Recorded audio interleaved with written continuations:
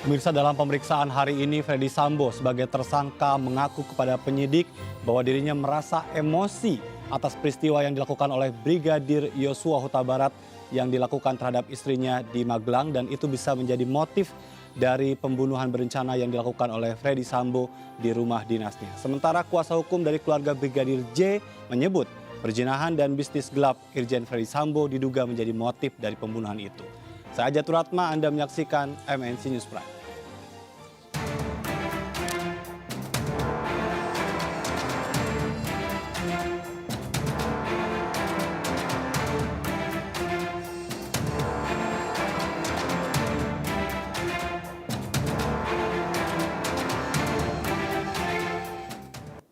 Freddy Sambo sebagai otak di balik kasus pembunuhan berencana dengan korban ajudannya sendiri Brigadir Yosua Huta Barat.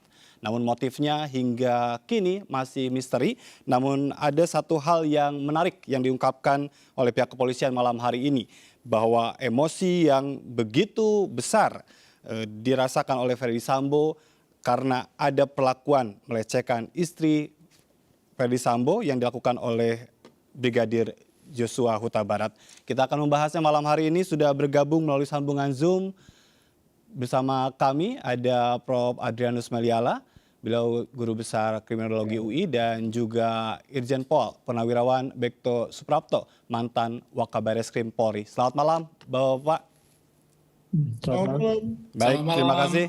Izin Pak Bekto, saya ingin ke Pak Adrianus terlebih dahulu karena nampaknya beliau ada kegiatan lain nih setelah kita berbincang malam hari ini. Pak Adrianus, ada keterangan dari polisi malam hari ini yang menjadi motif adalah pelecehan yang dilakukan oleh Brigadir Yosua Huta Barat di Magelang, dan itu yang membuat perencanaan pembunuhan. Tapi yang menjadi menarik kemudian, apakah memang dalam tanda petik ya, sekotor itukah pembunuhan dilakukan di rumah dinas? Bagaimana analisa Anda?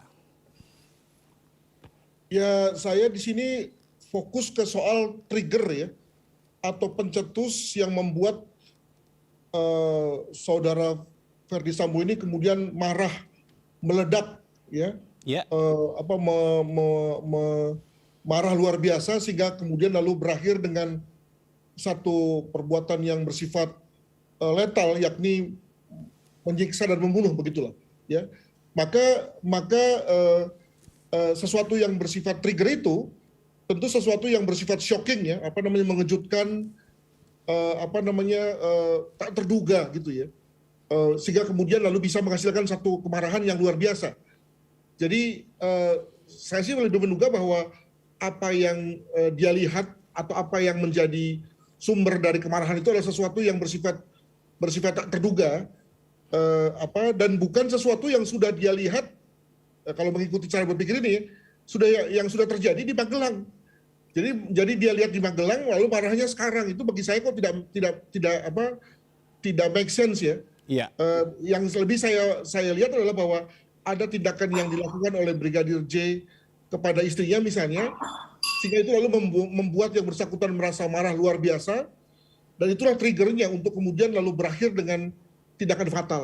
Artinya sebetulnya ada kejadian lain yang terjadi di rumah dinas itu, tidak berdasar pada kemarahan yang terjadi di Magelang begitu. Karena kalau kita lihat dari rekaman CCTV yang beredar begitu kan, nampak sepulang dari Magelang kan nampak biasa-biasa saja begitu. Itu dia. Jadi kelihatannya tidak ada hubungan antara apa yang terjadi di Magelang dan yang terjadi di Duren 3 tersebut. Atau bisa kita lihat begini, bahwa ada semacam kedongkolan ya, dan itu seringkali terjadi di antara kita dongkol pada beberapa saat yang lalu, kemudian kita tumpahkan lagi pada saat sekarang. Nah, bisa tuh. Cuma sekali lagi, umumnya kita perlu trigger ya, kita perlu ada pencetus yang membuat lalu kedongkolan kita kemudian memuncak dan berakhir dengan sesuatu yang tak terduga. Bukan sesuatu yang kemudian lalu biasa-biasa, tapi pasti ada trigger. Nah, triggernya ini apa? Ini yang kemudian menarik bagi saya untuk kemudian dibuka oleh kepolisian. Demikian. Baik, tapi secara psikologi seorang jenderal bintang 2 begitu kan melakukan tindakan yang begitu kejam terhadap orang yang selama ini dikenalnya. Apakah ini memang juga terkait dengan ego atau super ego antara seorang perwira tinggi dengan brigadir begitu? Saya kira kita semua pada dasarnya adalah manusia biasa ya, yang punya punya blood and flesh katanya, ya punya darah dan punya nyawa yang lalu kemudian bisa membuat yang bersangkutan itu kemudian kehilangan kendali, mencuat emosinya dan marah luar biasa.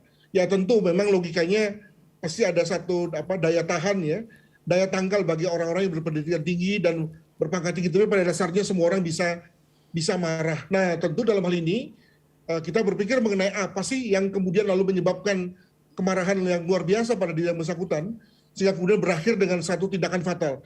Nah, kalau kemudian bicara mengenai tadi pelecehan seksual misalnya, maka mungkin nanti publik juga bicara lagi begini, pelecehan seksual kayak apa sih yang membuat lalu kemudian yang bersangkutan itu kemudian marah luar biasa? Demikian. Iya, dan kenapa marahnya tidak di Magelang begitu pada saat informasi itu didapat begitu ya?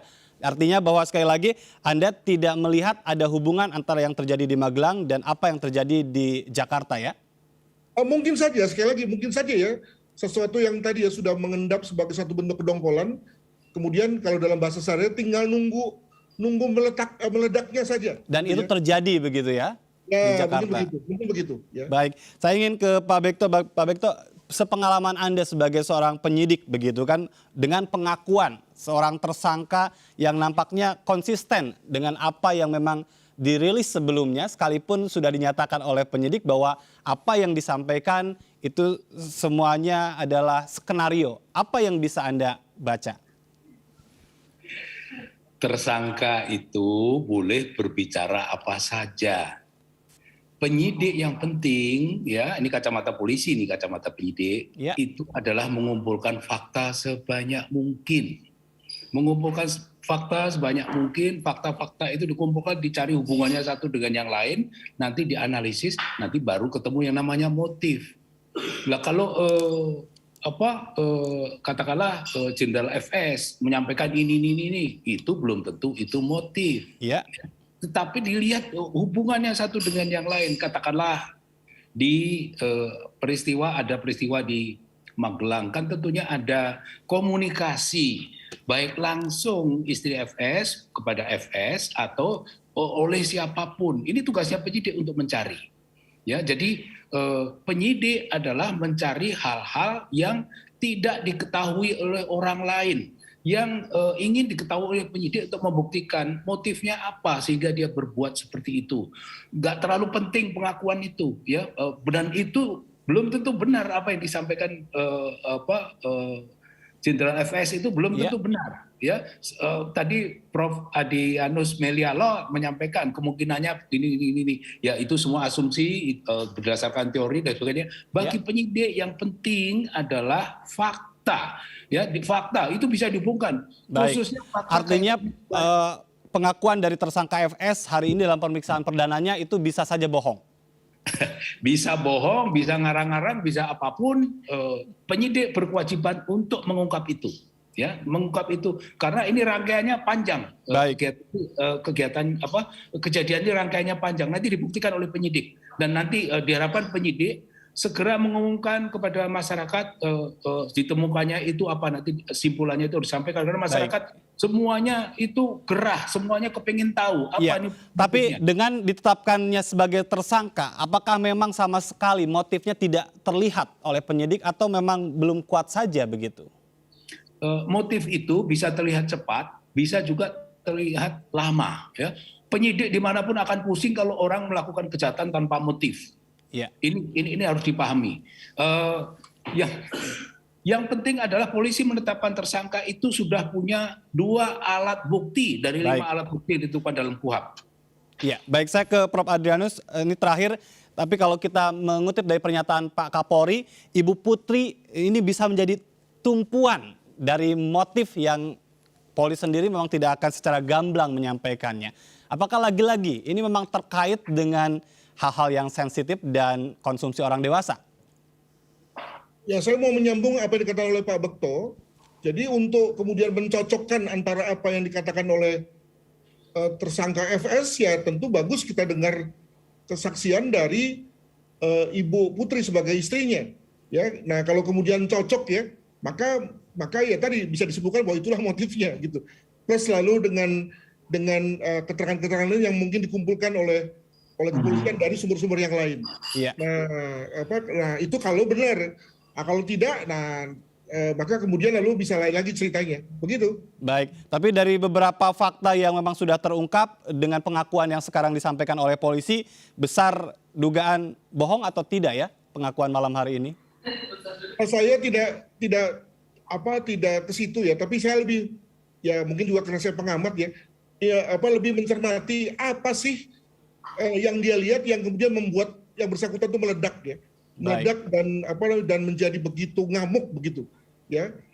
Tentu itu bukan hal yang biasa, wajar atau yang dilihat sehari-hari, tetapi tentu sesuatu yang amat membuat yang bersangkutan itu shock ya dari segi pelaku. Baik.